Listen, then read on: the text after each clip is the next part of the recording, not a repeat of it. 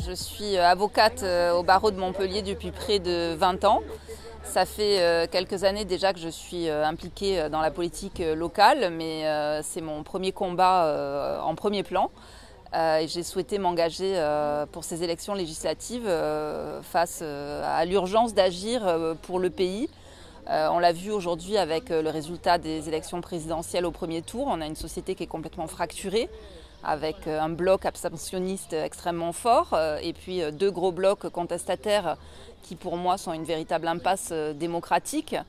Et donc je pense qu'aujourd'hui il est vraiment nécessaire pour l'équilibre à l'Assemblée nationale et le débat démocratique que la parole de la droite républicaine, libérale et sociale que je porte soit représentée à l'Assemblée nationale pour porter un projet politique responsable et exercer un contre-pouvoir à l'action du gouvernement.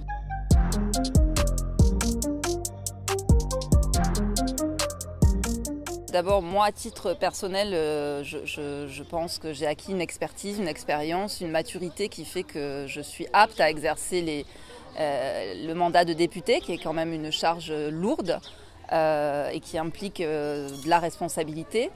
Et puis parce que je trouve que la situation du pays s'est réellement dégradée, que je suis aussi une maman, que j'ai une petite fille de 8 ans et que j'ai vraiment ressenti le besoin d'agir pour l'avenir de nos enfants face à des enjeux qui aujourd'hui sont majeurs. On le voit sur le terrain écologique, mais on le voit aussi pour essayer de redresser le pays.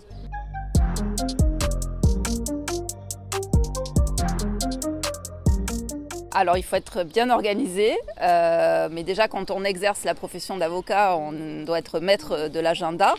Après, je ne compte pas arrêter complètement la profession d'avocat parce que je pense qu'il faut conserver une indépendance. Il est très important que les députés soient indépendants.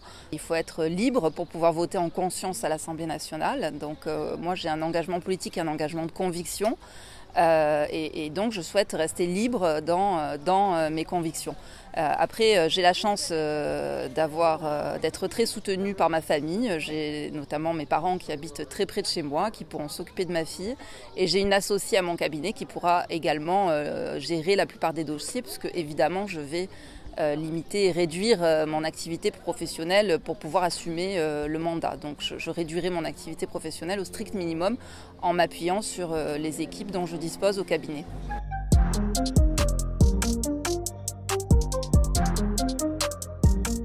Vous savez, la politique, c'est toujours un combat difficile, hein, de toute façon, quelle que soit la circonscription.